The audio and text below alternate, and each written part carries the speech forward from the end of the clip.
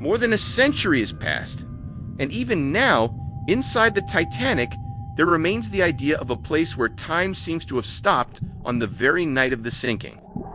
A sealed stateroom, silent, lost in the darkness of the ocean, as if no one had ever made it back there. What was left inside may not be just a collection of objects, but the last untouched moment of an interrupted routine. And when a room vanishes with the ship and never returns to the surface, the question stops being simple: what could that space still be holding on to today?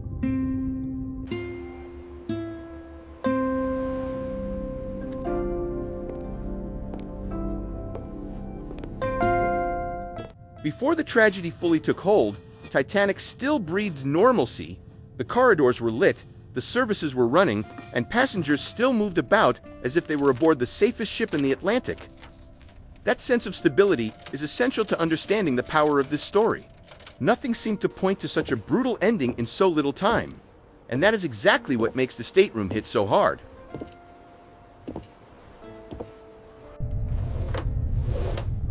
It does not begin as a scene of panic, but as an ordinary, elegant, orderly space. Part of a refined routine that, for a few minutes longer, still seemed completely intact.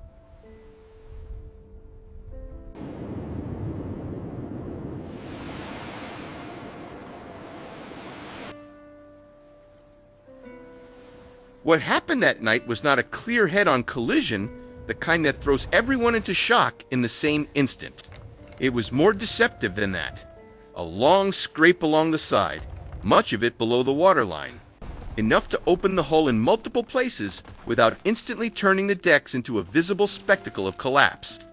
Up above, many people noticed very little.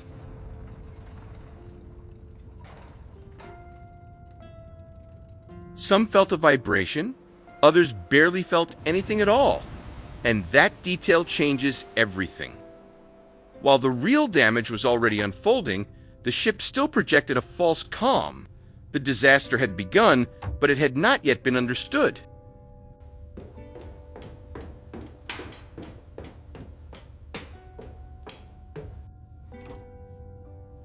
Inside the staterooms, the first reaction was not pure panic, it was uncertainty.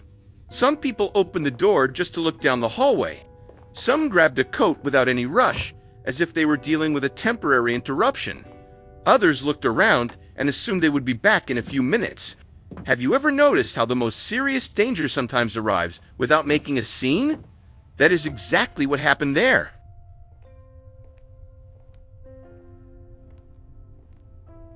The room still felt safe, the lights were still on, and the objects still held the order of everyday life. But without the occupants knowing it, some of those spaces were already entering their final minutes of normal existence.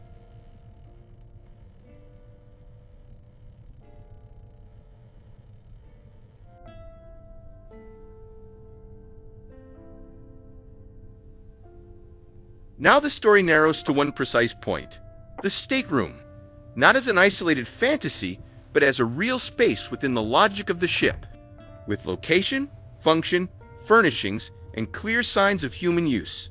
This setting matters because it holds the intimate scale of the tragedy. A room keeps more than objects. It keeps habits, tiny choices, interrupted decisions. At that level, the story of Titanic stops being only monumental and becomes personal.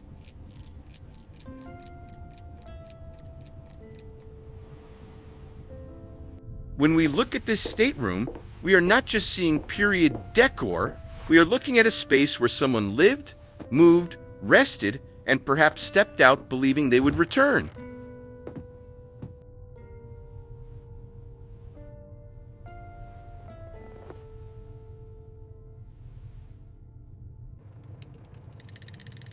A suitcase left partly open, a glass resting on the table, a coat hanging up, a brush forgotten beside the mirror.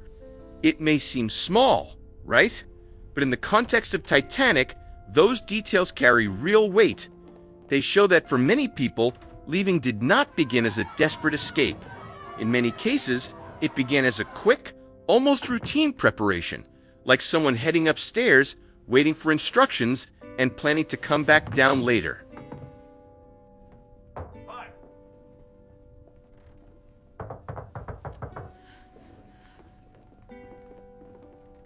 The problem is, the ship never gave them that later.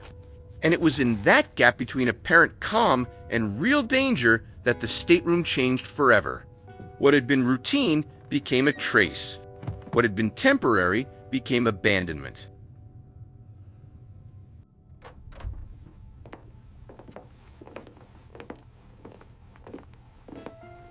Once the calls to come up started moving through the ship with more urgency, the internal rhythm began to change. The crew started directing passengers upward, and what had still felt like an inconvenience began to take on a different texture. Even so, information was still uneven. Some understood early that it was better to move fast, others still believed it was nothing more than a precautionary procedure. And in that gap, small choices suddenly mattered more than ever.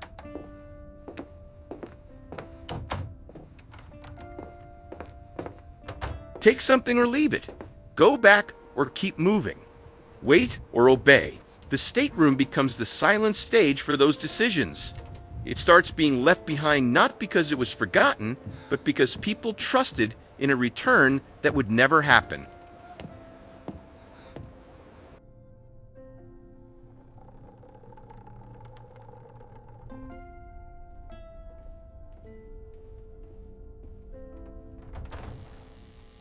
Not everyone on board received the same sense of urgency at the same time.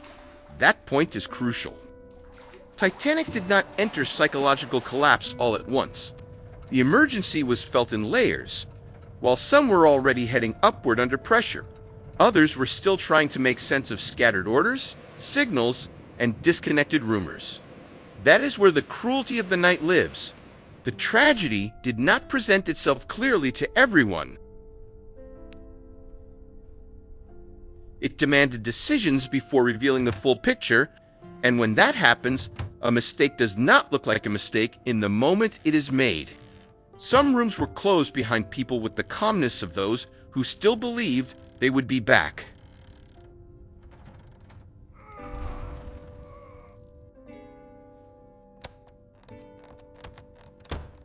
From this point on, the stateroom changes its nature. It is no longer an occupied space. It becomes an abandoned space, still wearing the appearance of normal function. The door closes, footsteps move away, the hallway begins to empty, and the objects remain where they were. That is the striking part. The visual sense of normal life remains for a few moments, even after the room's human purpose is over. Everything still seems recoverable.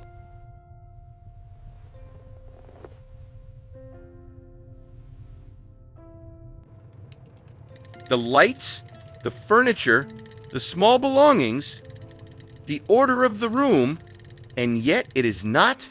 That contrast gives the stateroom tremendous power, because it becomes a silent portrait of an absence that does not yet feel final.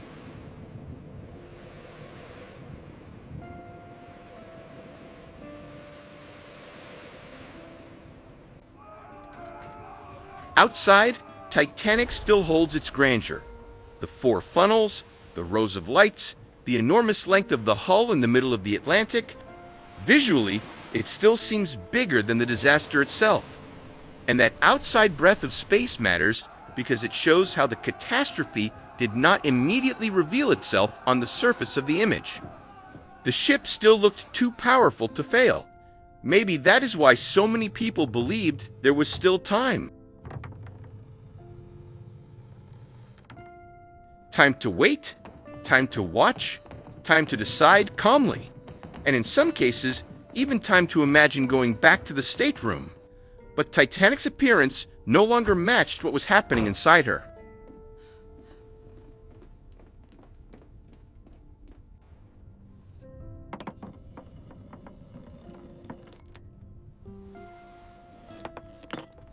But the ship begins to change from within before everyone understands what that means from the outside. The floor feels different underfoot. Objects start shifting. Certain passageways stop feeling neutral. And the simple act of going back down no longer feels safe. This is the point where the stateroom truly begins to slip away, not because it is physically far, but because Titanic is no longer functioning as a stable space. And let's be honest, this is where the story really lands. Because once access becomes uncertain, the room stops being just a place left behind. It becomes material memory in the making, still alive, still lit, but already almost lost.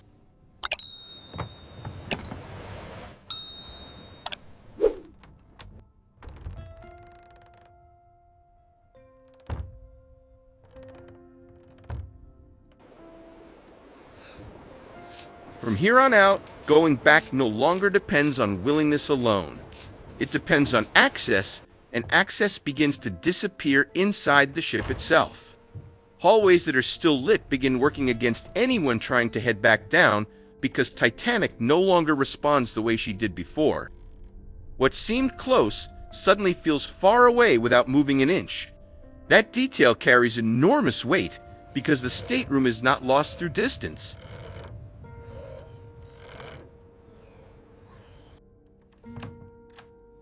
It is lost because the ship's own body begins sealing the path to it. At this stage, the room is no longer a private space waiting for its occupants. It is now an interior part of a doomed structure, and everything left inside it begins to belong to the disaster itself.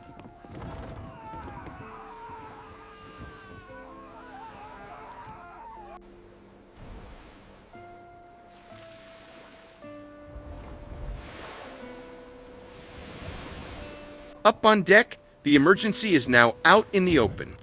The cold, the wind, the lifeboats, and the movement of the crew make it clear that Titanic has crossed the line.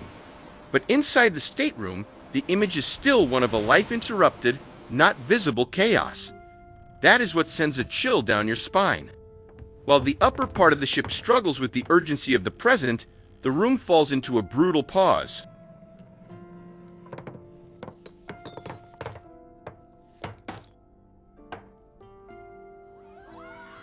The lights are still there, the objects are still there, but no one is coming back to complete that interrupted gesture. And this is where the story changes scale. The stateroom stops belonging only to that night and starts belonging to time itself.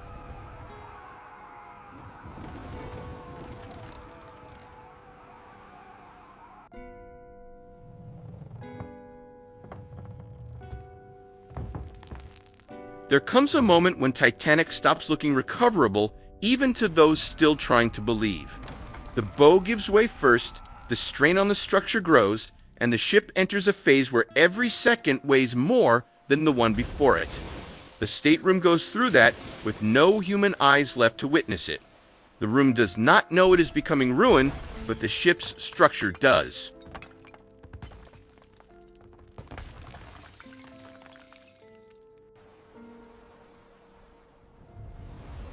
And when the entire body of Titanic moves toward its breaking point, everything left behind changes meaning.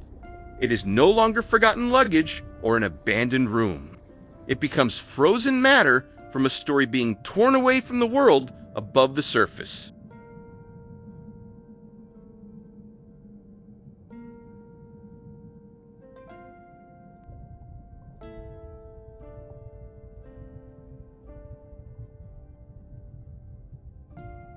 After the breakup, the logic changes completely. What once belonged to daily life on board enters the physical reality of the ocean floor.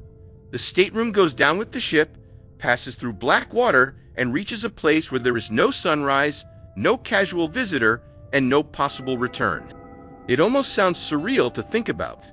A room built for a few days of travel being carried down nearly 13,000 feet beneath the sea. But that change in scale is exactly what gives the subject its power.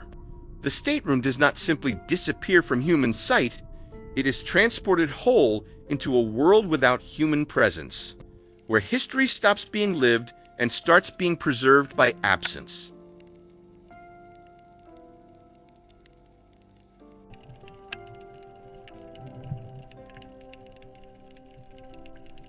When Titanic reaches the bottom, the story does not end. It changes language. From that point on, the ocean begins rewriting the ship in silence through sediment, corrosion, pressure, and the complete absence of human intervention. Some spaces collapse, others fall apart faster, and others still hold their shapes, boundaries, and internal relationships far longer than instinct would ever allow us to expect. That is where the stateroom takes on a strange and powerful value.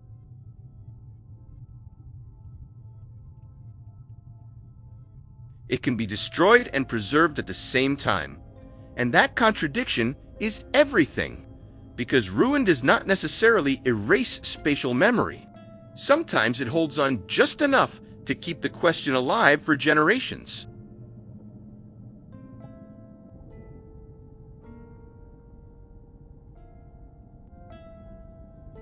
Decade after decade, Titanic remains alone. No human touch, no opening, no reordering. No one placing objects back where they were, no one even trying to restore meaning to what was left behind. If the stateroom still retained any recognizable part of its structure, it endured all that time locked inside absolute silence. And that silence is not poetic. It is physical, brutal, and complete. The space simply left the world.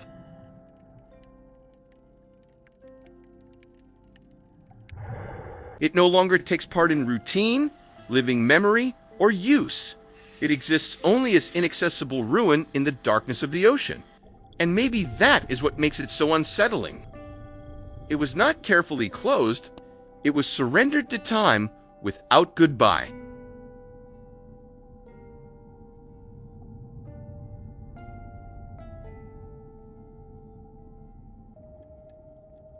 Decades later, the rediscovery of Titanic changes everything all over again. The ship returns to human sight, but not to the condition of an accessible place. The first images reveal scale, structure, and a level of endurance that had seemed impossible for something. Missing since 1912, but seeing is not the same as reaching.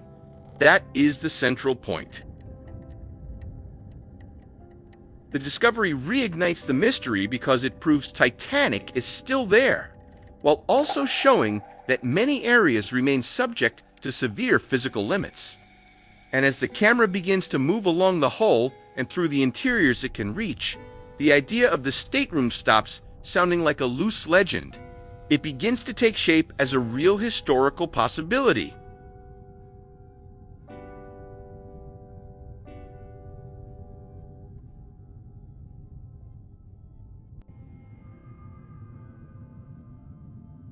Not everything on Titanic offers the same degree of access.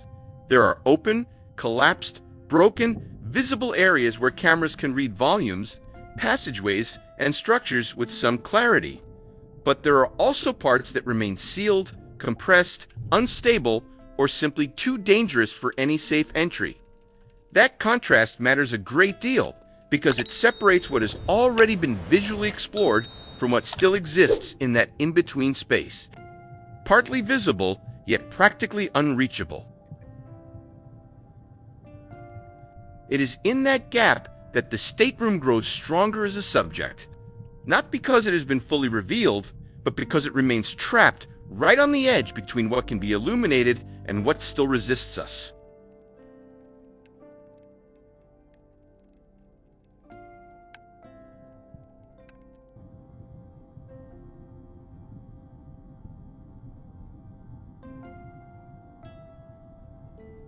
We have reached the point where technology can point, light, suggest, circle around, and even partially reconstruct, but not necessarily enter in any full sense.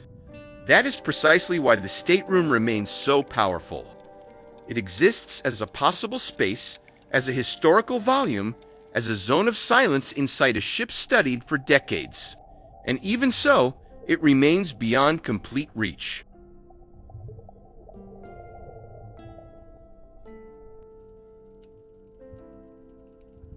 Let's be honest. Sometimes what holds our attention is not what was opened, but what endured. This room is still there, surrounded by ruin, darkness, and very real technical limits. And maybe that exact combination is what keeps it so alive in the collective imagination.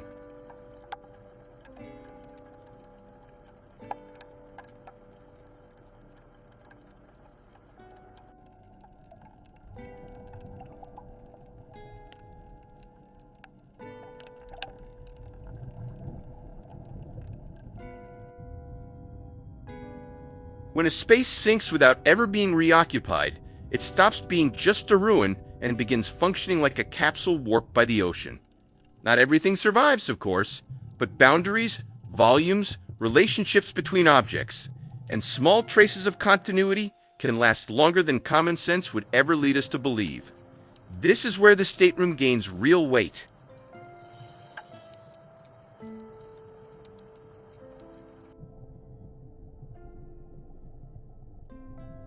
Not because it remains frozen like a photograph, but because it may preserve enough evidence to show how that routine was interrupted.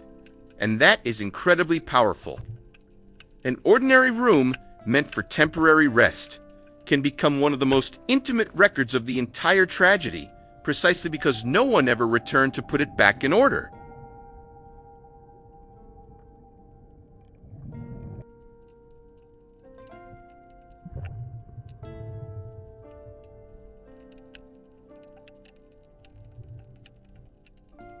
What may still be inside matters less for its material value and more for its human scale.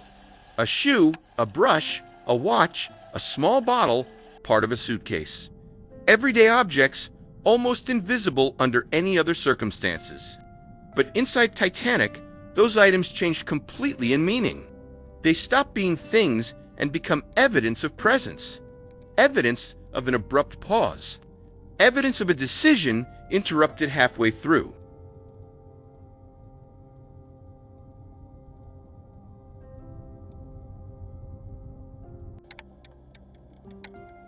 And maybe that is what holds the eye the most.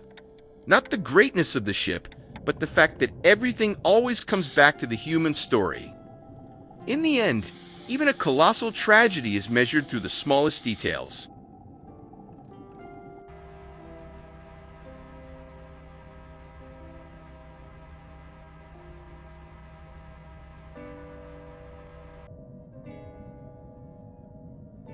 The power of this stateroom also lies in what it does not give us. Technology can illuminate, suggest, map, and draw closer, but it still runs into hard limits when it tries to turn everything into a definitive answer. And that creates a very powerful effect, because sometimes the lack of a conclusion weighs more than a full revelation ever could. Do you feel that too?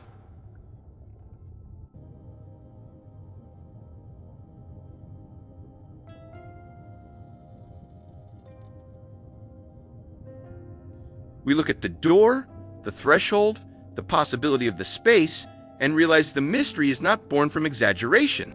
It comes from the fact that there is a real distance between what can be observed and what can be fully reached.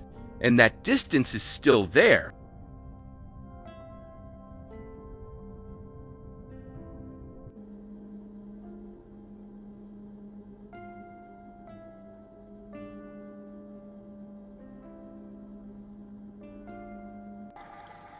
Titanic has been studied, filmed, debated, reinterpreted, and reconstructed across generations. Even so, it remains an incomplete archive. Some parts of the ship have opened themselves to the modern eye. Others remain sealed, compressed, dangerous, or nearly unreadable. In that setting, the stateroom takes on a role far greater than that of a simple curiosity. It becomes a symbol of a ship known around the world and yet still impossible to fully exhaust.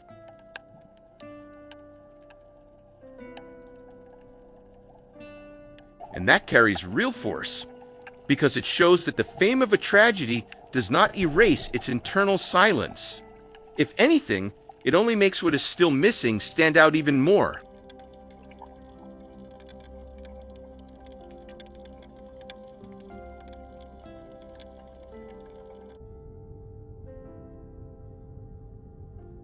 Before we close completely on the stateroom, It is worth remembering where all of this rests.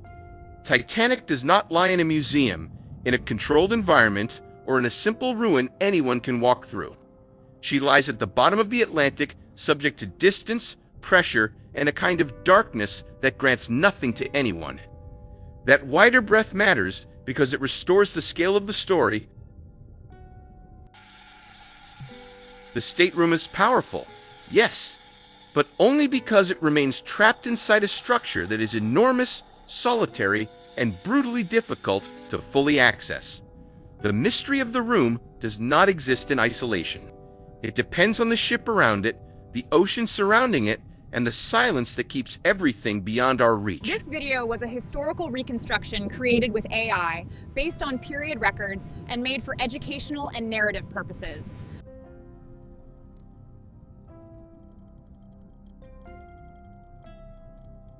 In the end, this is the heart of the narrative. A room that boarded as part of a luxury crossing and ended up buried on the ocean floor. It never returned to the surface. It was never reorganized. It never had a second life. Everything that happened there remained tied to the fate of the ship itself. And that gives the stateroom astonishing power, because it is not just a closed space.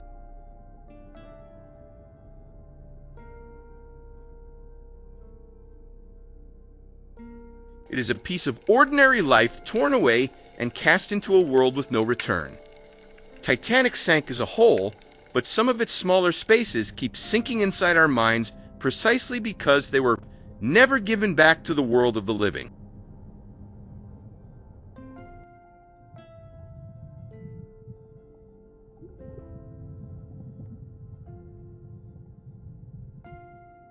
More than a century later, Titanic is still revealing stories, but she is also still protecting some of them in the dark.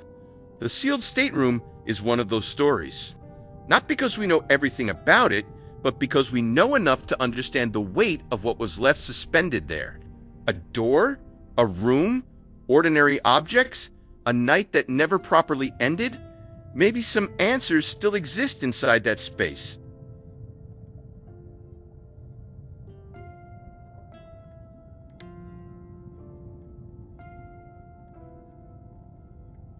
Or maybe what truly remained was something else. Proof that not every story has to be opened in order to stay alive.